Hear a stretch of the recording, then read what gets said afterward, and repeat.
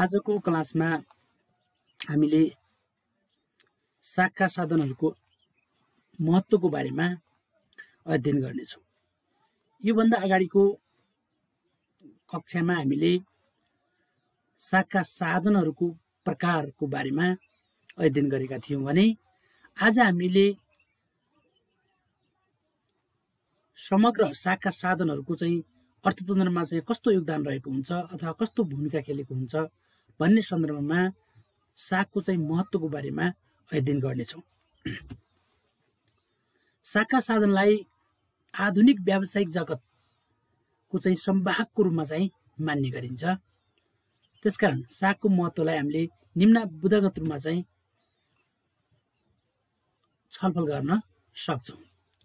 सबभन्दा पहिलो महत्त्व भनेको रकमको सुरक्षित लेनदेन तथा ओसार पसार गर्नमा चाहिँ सागको ठुलो महत्त्व रहेको हुन्छ।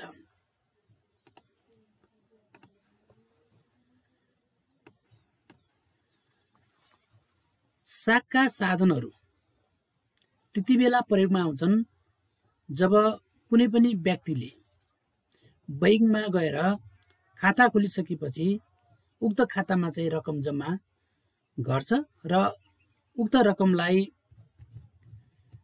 झिक्नको लागि, कुनै व्यक्तिलाई भुक्तानी गर्नको लागि अथवा कुनै वस्तु तथा सेवाहरू खरिद गर्नको लागि अथवा कुनै व्यक्तिलाई दिनको लागि लेनदेनको रूपमा चाहिँ चलाउनुको लागि चाहिँ विभिन्न सागका साधनहरू जस्तै चेक, हैन, हुन्डी, विनिमय पत्र, ट्रेजरी बिल जस्ता विभिन्न चाहिँ साधनहरूको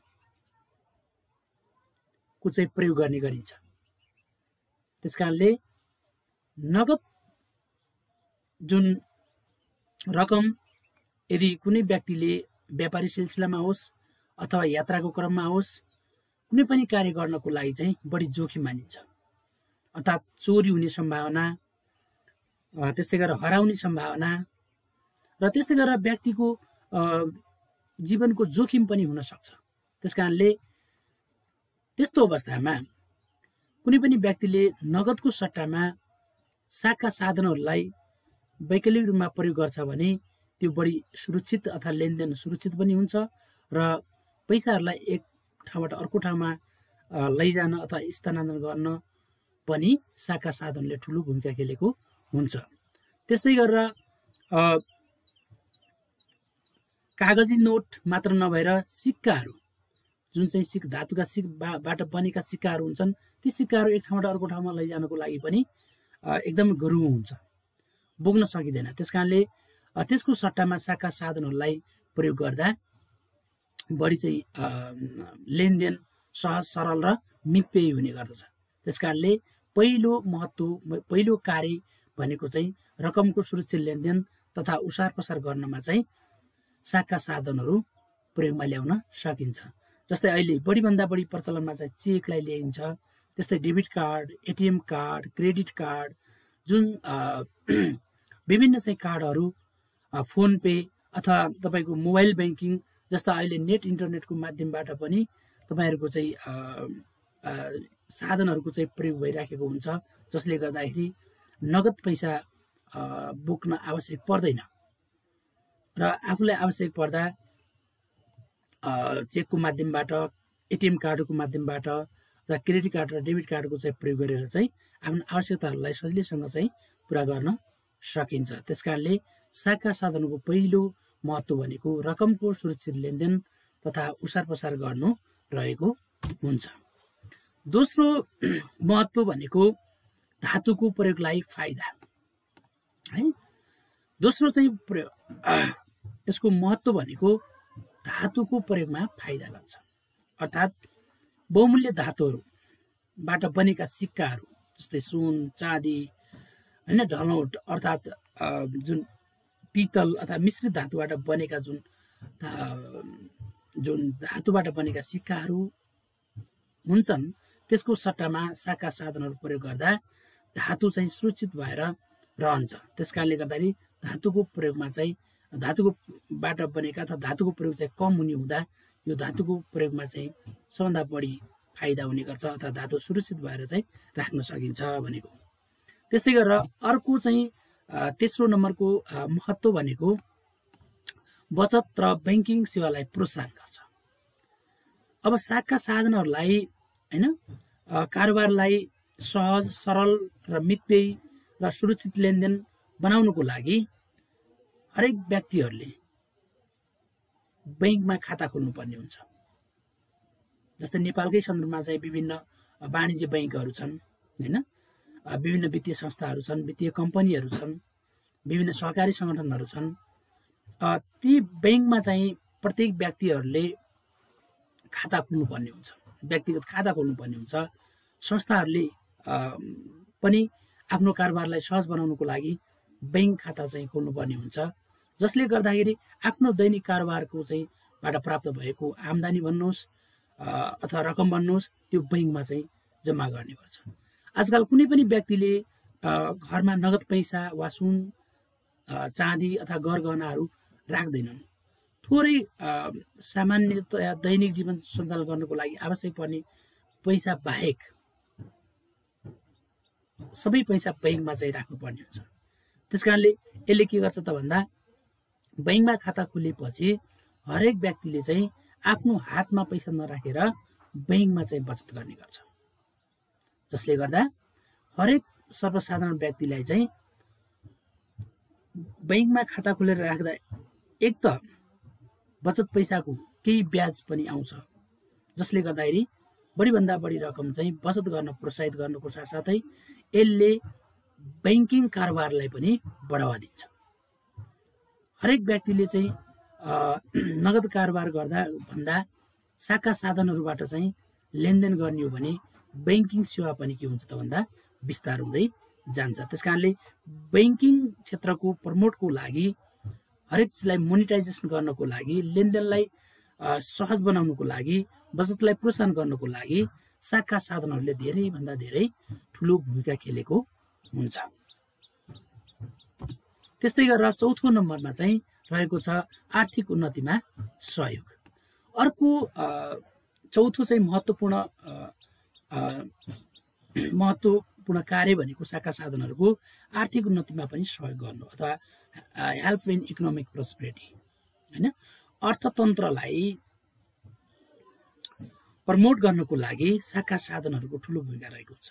किन त भन्दा हरेक व्यक्तिहरूले साका साधनलाई परिचालन गर्नको लागि अथवा चलाउनको लागि, चेक चलाउनको लागि, एटिएम कार्ड चलाउनको लागि, ई मोबाइल बैंकिङ चलाउनको लागि हरेक व्यक्तिहरूले बैंकमा खाता खोल्नुपर्ने हुन्छ, जसले गर्दाखेरि आफूसँग भएको अथवा प्राप्त गरेको आम्दानीलाई बैंकमा चाहिँ बचतको रूपमा निक्षेपको रूपमा चाहिँ जम्मा गर्ने गर्छ, जसको कारणले गर्दाखेरि निक्षेप रकम नै बैंकको लगानीको लागि चाहिँ पुँजी निर्माण भइराखेको हुन्छ।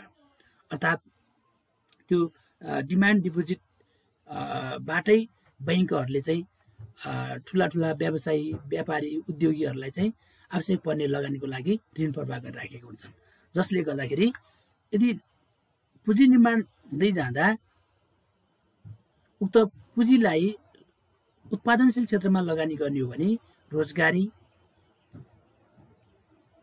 सृजना, उत्पादनमा वृद्धि र त्यसै गरेर आम्दानीमा पनि वृद्धि हुन गई समग्र अर्थतन्त्रको चाहिँ विकास हुन जान्छ, जसले आर्थिक वृद्धि दरलाई चाहिँ बढाउने काम गर्छ र फलस्वरूप हरेक मानिसहरूको जीवनस्तरमा सुधार हुन जान्छ र आर्थिक उन्नति हुन जान्छ। त्यसकारणले साका साधनहरूले अर्थतन्त्रलाई बढी विकसित गर्नको लागि अथवा आर्थिक प्रगतितिर उन्मुख गराउनको लागि, पुँजी निर्माण गर्नको लागि ठुलो भूमिका खेलेको हुन्छ। पाँचौं नम्बरको चाहिँ यसको महत्त्व अथवा कार्य रहेको छ व्यापार र व्यवसायको उन्नति। अब साका साधनहरूले प्रयोग गर्दा यिनीहरूको प्रयोगलाई बढाउँदै जाने हो भने हरेक व्यक्तिहरूले, प्रत्येक नागरिकहरूले बैंक खाता चाहिँ अनिवार्य रूपमा खोल्नुपर्छ र राष्ट्र बैंकले अथवा हरेक पनि मुख्य उद्देश्य के हो भने अर्थतन्त्रलाई मौद्रीकरण गर्ने र मौद्रीकरण गर्नको लागि हरेक व्यक्तिले चाहिँ बैंकमा चाहिँ प्रत्येक घर परिवार सदस्यहरूको चाहिँ बैंक खाता अनिवार्य रूपमा खोल्नुपर्छ, जसले गर्दाखेरि बचतलाई प्रोत्साहन हुन्छ, किनभने पुँजी निर्माणको आधार भनेको बचत हो। र हरेक मानिसहरूले जब बैंकमा खाता खोल्छन् र बैंकमा खाता खोलिसकेपछि नैतिक रूपमा अथवा अनिवार्य रूपमा आफूले कमाएको आम्दानी मध्ये केही रकम उपभोगमा खर्च गरे पनि, आफ्नो आवश्यकता पूरा गर्न खर्च गरे पनि केही रकम चाहिँ बैंकमा जम्मा गर्छन्, जसको कारणले गर्दाखेरि व्यापारी त व्यवसायीहरूलाई चाहिँ लगानी उत्पादनमुखी क्षेत्रमा उत्पादनको क्षेत्रमा जुन लगानी गर्नको लागि आवश्यक पर्ने पुँजी हो, त्यो पुँजी चाहिँ बैंक तथा वित्तीय संस्थाहरूले तिनीहरूलाई कर्जा प्रदान गर्ने गर्छ, जसको कारणले गर्दाखेरि उत्पादनमा वृद्धि हुन जान्छ, रोजगारीमा वृद्धि हुन जान्छ, आम्दानीमा वृद्धि हुन्छ, उपभोगमा वृद्धि हुन्छ हैन। समग्र चाहिँ अर्थतन्त्र चाहिँ अर्थतन्त्रमा चाहिँ आर्थिक वृद्धि दर बढ्दै जान्छ र प्रत्येक व्यक्तिहरूको मात्र नभएर व्यापार र व्यवसायीहरूको पनि आर्थिक उन्नति चाहिँ बढाउनमा यसले चाहिँ सहयोग गर्ने काम गर्छ। यसरी सागका साधनहरू, यो पनि परीक्षाको दृष्टिकोणले बढी महत्त्वपूर्ण मानिन्छ। सागका साधनहरू भनेको के हो, सागका साधनको महत्त्व दर्शाउनुहोस् भनेर पनि सम्भावित प्रश्न आउन सक्छ। त्यसकारणले सागको अर्थ हामीले योभन्दा अगाडिको क्लासमा हामीले बताइसकेका छौँ अथवा छलफल गरेका छौँ भने सागको साधनहरूको महत्त्व 5 प्रकारका चाहिँ छन् अथवा 5वटा बुदाहरू रहेका छन्, जसलाई हामीले रकमको सुरक्षित लेनदेन तथा ओसार पसार, safety transaction of money amount, त्यस्तै गरेर धातुको प्रयोगमा फाइदा, बेनिफिट युज अफ मेटल्स, बचत र बैंकिङ सेवालाई प्रोत्साहन, encourage to saving and banking services, आर्थिक उन्नतिमा सहयोग, हेल्प इन इकोनोमिक प्रोस्पेरिटी, व्यापार र व्यवसायको उन्नति, prosperity in trade and business. यी 5 प्रकारको बुदाहरू चाहिँ सागका साधनहरूले का कार्य भन्नुहोस् अथवा महत्त्व पनि भनेर भन्न सकिन्छ। र सागका साधन पछि हामीले अब मुद्रा बजार र पुँजी बजार, मनी मार्केट एन्ड क्यापिटल मार्केटको बारेमा हामीले छलफल गर्नेछौँ। हामीले मुद्रा बजार र पुँजी बजारको सम्बन्धमा छलफल गर्नुभन्दा पहिले वित्तीय बजारको अर्थ बुझ्नुपर्छ अथवा वित्तीय बजार भनेको के हो हैन। हामीले वस्तु बजार, जसलाई हामी गुड्स मार्केट भनेर भन्छौँ, अर्को चाहिँ वित्तीय फाइनेन्सियल मार्केट अथवा मनी मार्केट भनेर भन्छौँ है। अब वित्तीय बजार सबभन्दा पहिले के हो त, मिनिङ अफ फाइनेन्सियल मार्केट। वित्तीय बजार भनेको सरकारबाट मान्यता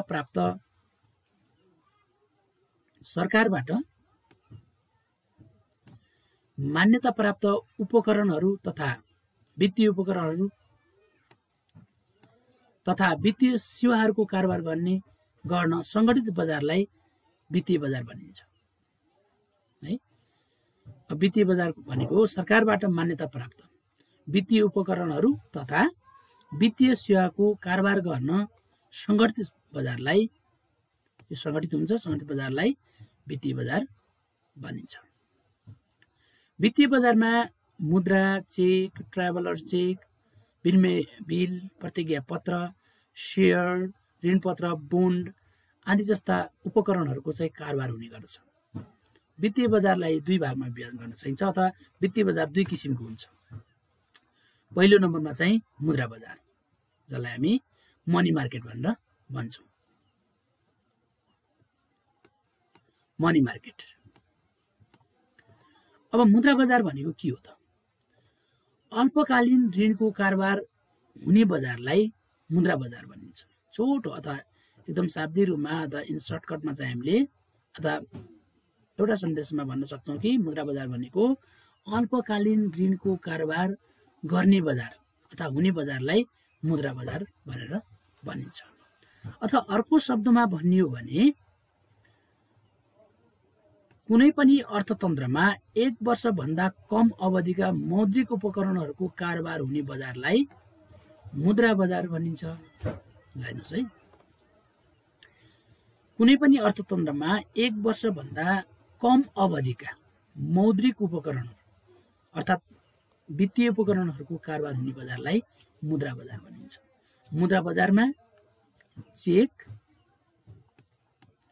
ट्राभलर चेक, यात्रु चेक भनेर भन्छौँ, विनिमय पत्र, ट्रेजरी बिल जस्ता उच्च बजारयोग्य तरल कर्जाको चाहिँ कारोबार हुने गर्छ अथवा साखा साधनहरूको चाहिँ कारोबार हुने गर्छ। 1 वर्षभन्दा कम अवधिको ऋण वा साख उपलब्ध गराउने उद्देश्यले मुद्रा बजारको के भएको हुन्छ, जन्म भएको हुन्छ। त्यसकारणले सीआर क्राउथरका अनुसार मुद्रा तथा यसका नजिकका मुद्रा सरका सम्पत्तिको कारोबार हुने बजार नै मुद्रा बजार हो भनेर चाहिँ भनेको छ। त्यसैगरी विश्व बैंकको प्रतिवेदन अनुसार अल्पकालीन ऋणपत्र, सुरक्षण पत्र, ट्रेजरी बिल, निक्षेपहरू तथा विभिन्न प्रकारका व्यापारिक बिलहरूको कारोबार हुने बजारलाई मुद्रा बजार भनिन्छ। त्यसकारणले यी दुईटै परिभाषाहरूबाट सीआर क्राउथर र विश्व बैंकको प्रतिवेदन अनुसार पनि हामीले संक्षिप्त रूपमा के भन्न सक्छौँ भने अल्पकालीन ऋणको कारोबार गर्ने बजारलाई मुद्रा बजार भनेर भनिन्छ।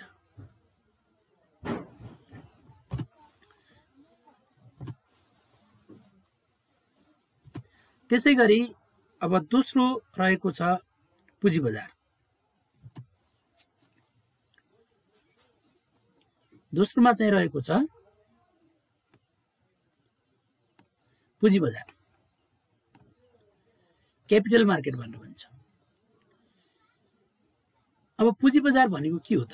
दीर्घकालीन ऋणको कारोबार हुने बजारलाई पुँजी बजार भनिन्छ। हेर्नुहोस् है, दीर्घकालीन ऋणको कारोबार हुने बजारलाई पुँजी बजार भनिन्छ। अथवा अर्को शब्दमा भन्ने हो भने कुनै पनि अर्थतन्त्रमा 1 वर्षभन्दा बढी अवधिका वित्तीय उपकरणहरूको कारोबार हुने बजारलाई पुँजी बजार भनिन्छ। पुँजी बजारमा सेयर, बोन्ड, डिबेन्चर जस्ता साखा साधनहरू निष्कासन हुनुको साथै यिनीहरूको खरिद बिक्री हुने गर्छ। 1 वर्षभन्दा बढी अवधिको ऋण वा साख उपलब्ध गराउने उद्देश्यले पुँजी बजारको के भएको हुन्छ, जन्म भएको हुन्छ। पुँजी बजारले पुँजीगत वस्तु र स्थिर सम्पत्ति जस्तै जमिन, यन्त्र, उपकरण, मेसिन, भवन का लागि आवश्यक पर्ने दीर्घकालीन पुँजीको पूर्ति गर्ने काम चाहिँ गर्छ। पुँजी बजारको सम्बन्धमा विश्व बैंकको प्रतिवेदनले दिएको परिभाषा अनुसार पुँजी बजार भनेको सो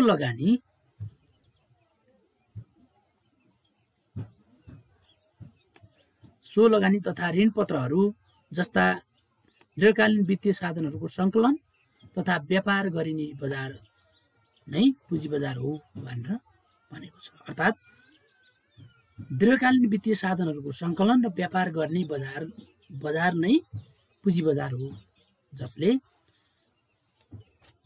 पुँजीगत वस्तु र स्थिर सम्पत्तिको लागि आवश्यक पर्ने पुँजीलाई चाहिँ आपूर्ति गर्ने काम पुँजी बजारले गर्ने गर्छ। त्यसकारणले पुँजी बजार भन्ने बित्तिकै दीर्घकालीन वित्तीय साधनहरूको कारोबार गर्ने बजारलाई चाहिँ बुझाउँछ। अब अर्को चाहिँ सम्भावित प्रश्न,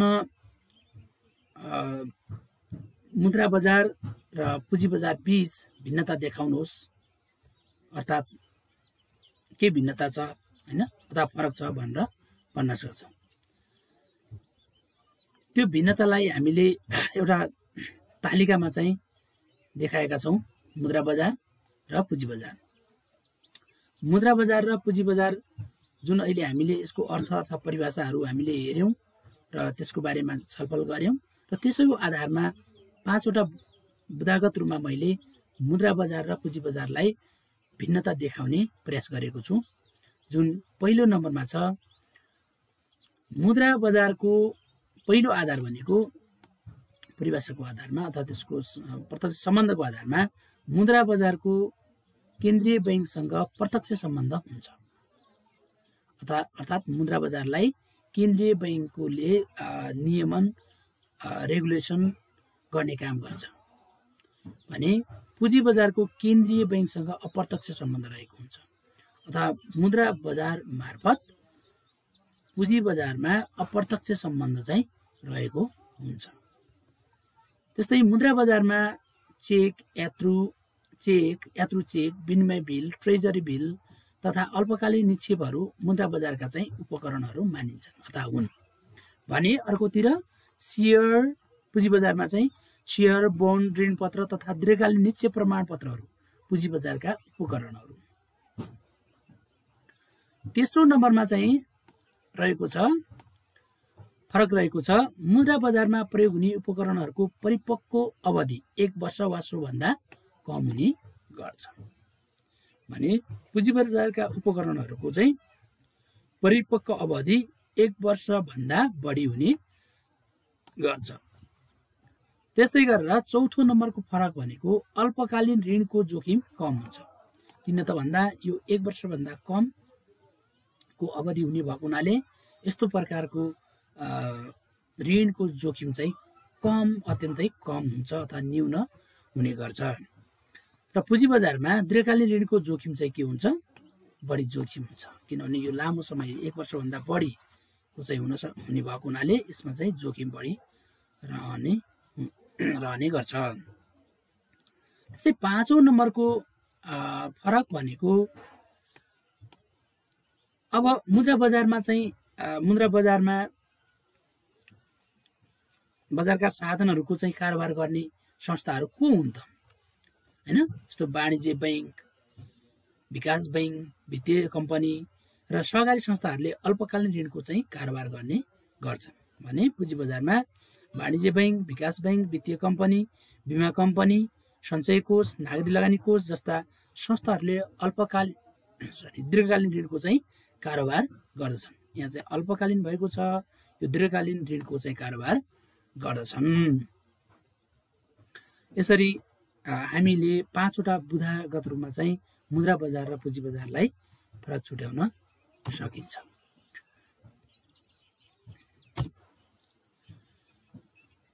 अब अर्कोमा हामीले गैर बैंकिङ वित्तीय संस्थाहरूको बारेमा हामीले थोरै जानकारी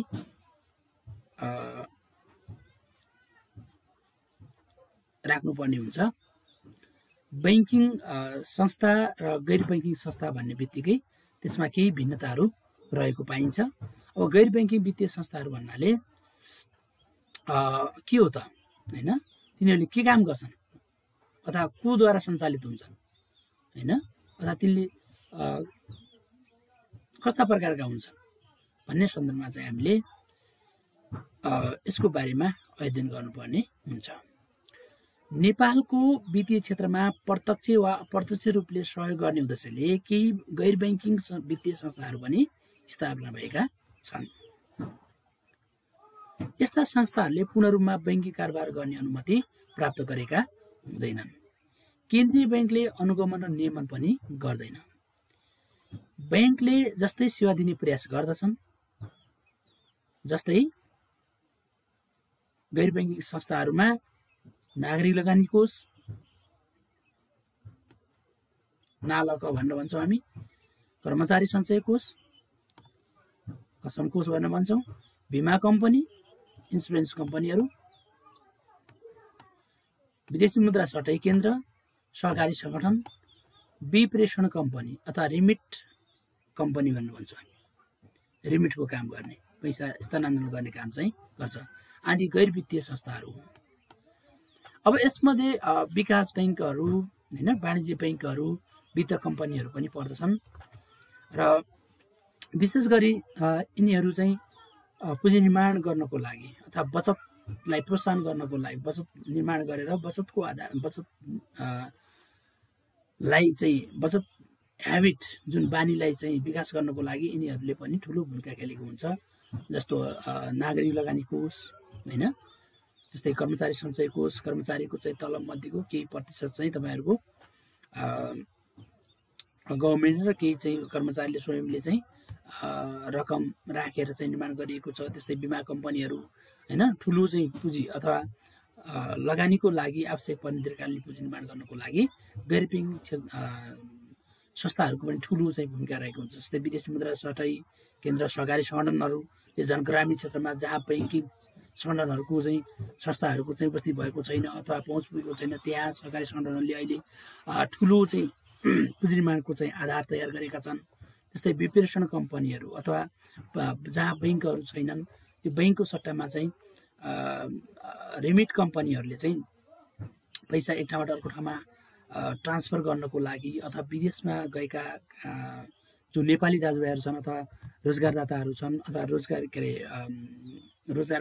गर्नको लागि विदेशमा गएकाहरूले कमाएको पैसा पठाउनको लागि रिमिट कम्पनीहरूले चाहिँ ठुलो भूमिका खेलेका छन्, जसले देशमा चाहिँ ठुलो विदेशी पैसालाई चाहिँ भित्र्याउन मद्दत गरेका छन् र यसले आन्तरिक र बाह्य दुईटै हैन रूपमा चाहिँ रकमलाई हस्तान्तरण गर्ने स्थानान्तरण गर्ने काम रिमिट कम्पनीहरूले चाहिँ गरेको छ। त्यसकारणले यसले चाहिँ यो बैंक जस्तै काम गर्ने खोजेको हुन्छ, तर त्यो पुरै बैंकिङ काम नभएर बैंक जस्तै काम मात्र गर्न खोजेको हुन्छ। यस्ता संस्थाहरूले संस्थाहरूलाई हामीले गैर ब्याङ्किङ वित्तीय संस्थाहरू भनेर भन्छौँ। बैंक जस्तै काम गरेका हुन्छन् तर वास्तवमै बैंक चाहिँ होइनन्। त्यस्ता संस्थाहरूलाई हामी गैर ब्याङ्किङ वित्तीय संस्थाहरू भनेर भन्छौँ।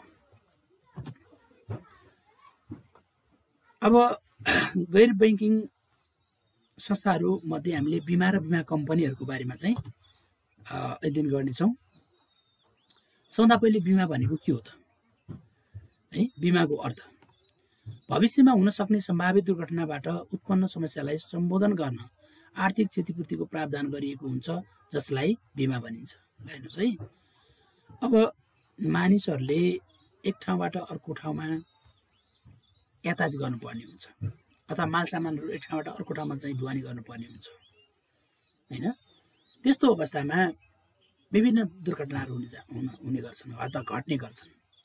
मानिसहरू एक ठाउँबाट अर्को ठाउँमा हैन यातायात गर्दा, हवाईजहाजमा यात्रा गर्दा हैन, बसमा ट्रकहरूमा माल सामानहरू ओसार पसार गर्दा हैन विभिन्न दुर्घटनाहरू हुने गर्छन्। त्यस्तो दुर्घटना गर्दा मानवीय क्षति र भौतिक क्षतिहरू दुईटै हुने गर्छ। त्यसकारणले त्यो भौतिक क्षतिले पुर्याउने आर्थिक समस्या र अर्कोतिर भौतिक क्षतिले पुर्याएको चाहिँ समस्या, आर्थिक समस्या, त्यो दुईटै समस्यालाई कम्पन्सेसन गर्ने उद्देश्यले केही रकमहरू पूर्व अथवा प्रिमियम प्राइस भनेर भन्छौँ, अमाउन्ट चाहिँ जम्मा गरेर गर्ने गरिन्छ र जसले चाहिँ त्यो केही क्षतिपूर्ति यसले कभर गर्ने काम चाहिँ गर्छ। अथवा बिमा कम्पनीले पुरै वा आंशिक दुईटै अथवा पुरै पनि हुनसक्छ क्षतिपूर्ति वा आंशिक रूपमा त्यसलाई चाहिँ क्षतिपूर्ति गर्ने काम गर्छ। त्यस कारण त्यसलाई चाहिँ हामी बिमा भनेर भन्छौँ। अब बिमा दुई किसिमको हुन्छ।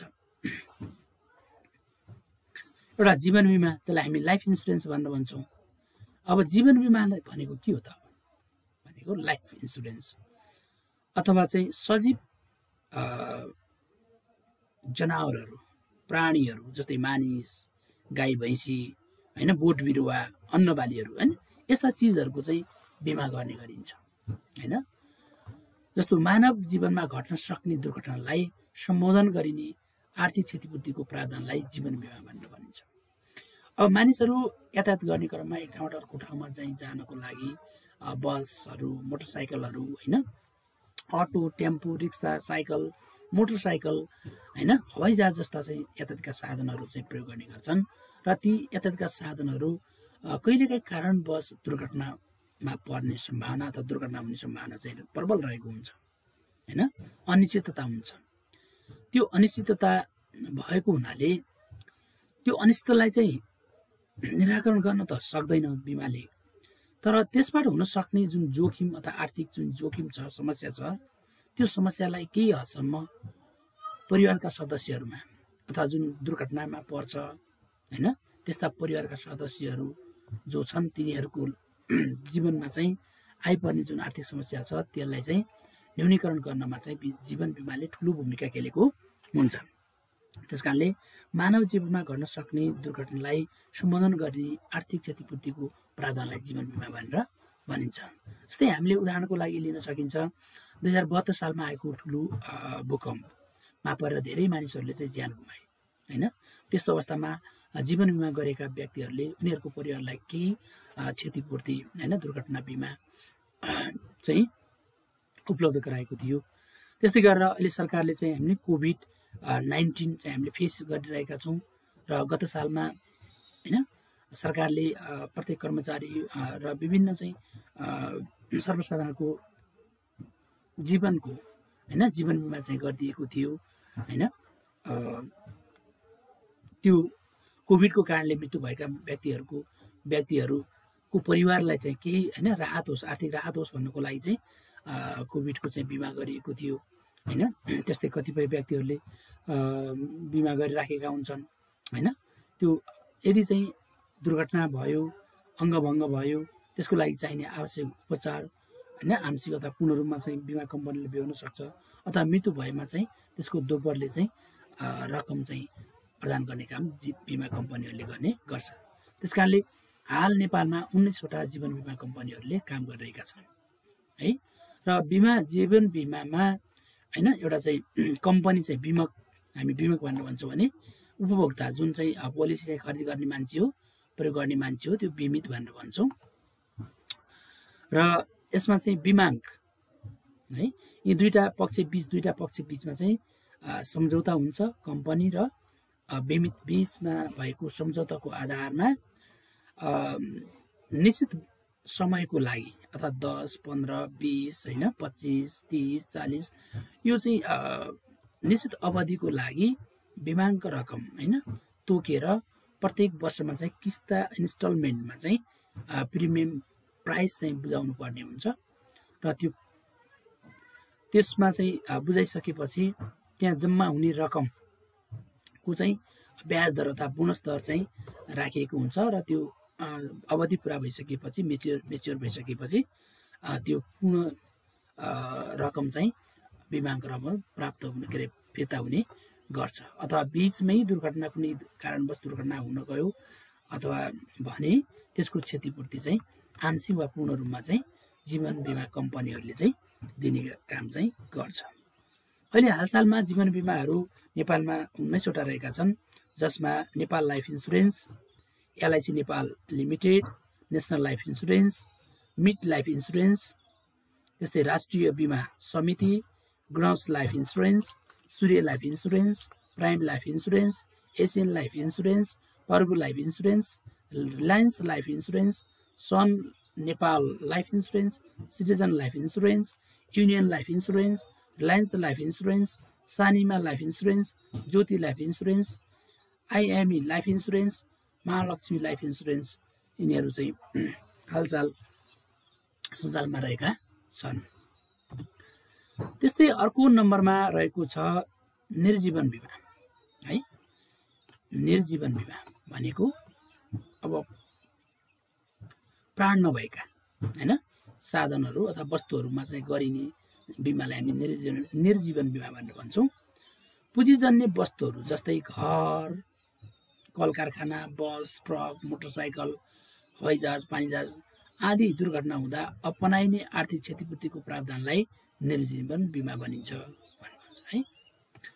र निर्जीवन बिमा पनि दुई किसिमको हुन्छ। निर्जीवन बिमा कम्पनीहरू हाल चाहिँ 20 वटा चाहिँ सञ्चालनमा रहेका छन् र निर्जीवन बिमा पनि दुई प्रकारको हुन्छ। एउटा चाहिँ अग्नि बिमा, अर्को चाहिँ सामुद्रिक बिमा है। अग्नि बिमा भन्ने बित्तिकै आग लागि हैन, अब प्राय जसो जोखिमहरू अनिश्चितताहरू हुन्छ, त्यस्ता चाहिँ कतिपय हैन यातायातका साधनहरू, घर हैन त्यस्तै पानी जहाजहरू, मोटरसाइकलहरू, यी साधनहरू चाहिँ कहिलेकाहीँ प्राकृतिक प्रकोप हैन को कारणले गर्दाखेरि आग लागि अथवा विभिन्न चाहिँ हडताल बन्दको कारणले गर्दाखेरि हैन आग लागि हुन सक्छ। कहिलेकाहीँ हैन घरमै आगो लाग्न सक्छ। ती यदि त्यसरी आग लागि भयो भने नष्ट भएर जान्छ र त्यो ठुलो भौतिक क्षति हुन जान्छ। त्यो क्षतिलाई हैन कम गर्नको लागि, न्यूनीकरण गर्नको लागि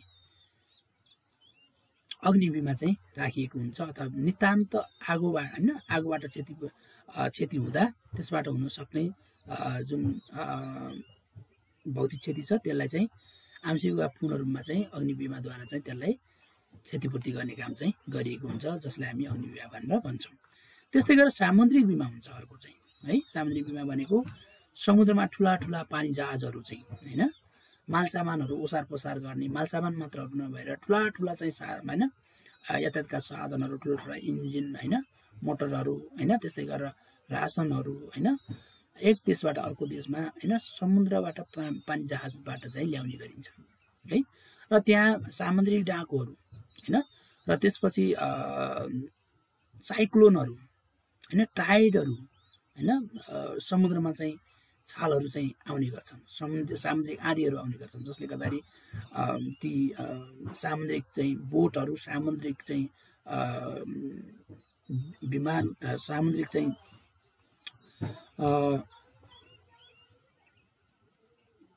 पानी जहाजहरू चाहिँ पल्टिने सम्भावना र जोखिम अथवा भन्न दुर्घटनामा चाहिँ पर्ने सम्भावना बढिरहेको हुन्छ।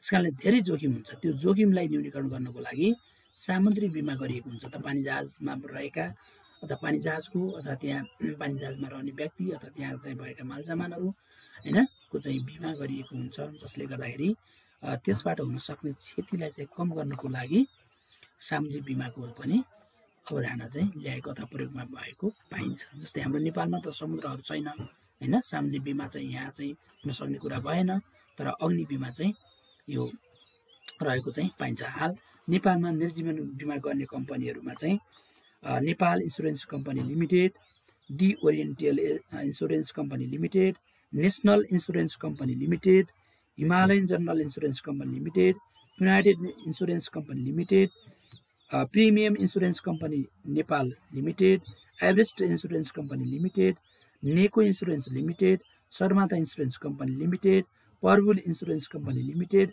NB Insurance Company Limited, Prudential Insurance Company Limited, Shekhar Insurance Company Limited, Lumbini General Insurance Company Limited, NLG Insurance Company Limited, Siddhartha Insurance Company limited, राष्ट्रिय बिमा Company Limited, Sanima General Insurance Company Limited, Ajod Insurance Company Limited, General Insurance Company Limited जस्ता